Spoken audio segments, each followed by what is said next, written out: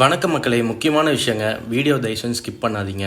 2 நாளைக்கு முன்னாடி பார்த்தீங்கன்னா சென்னை சேர்ந்த காவேரி பக்கத்தில் ஒரு 3 வயசு பையன், வெறும் 3 வயசு தாங்க ஆச்சு, அந்த பையன் வந்து இறந்துட்டான். எப்படின்னு கேட்டிங்கன்னா, ஒரு சின்ன ஒரு பலூனுங்க, ஒரு பலூனை வச்சு விளையாண்டுட்டு இருக்கும்போது அது வெடித்த உடனே தொண்டைக்குள்ளே போய் இறங்கி மூச்சு குழாயில் அப்படியே உள்ளே சிக்கி மூச்சு விட முடியாமல் ரொம்ப கஷ்டப்பட்டு அந்த பையன் அவங்க பெற்றவங்க முன்னாடியே இறந்துட்டாங்க.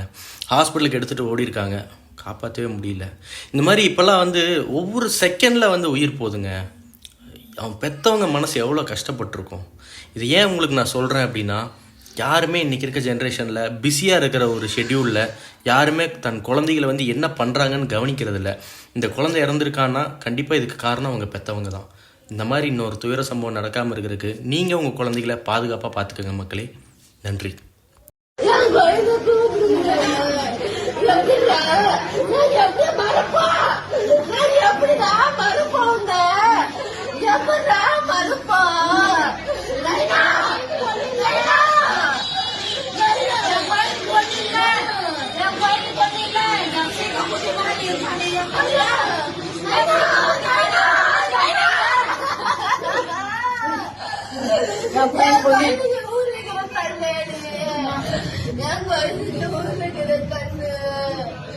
ஐயோ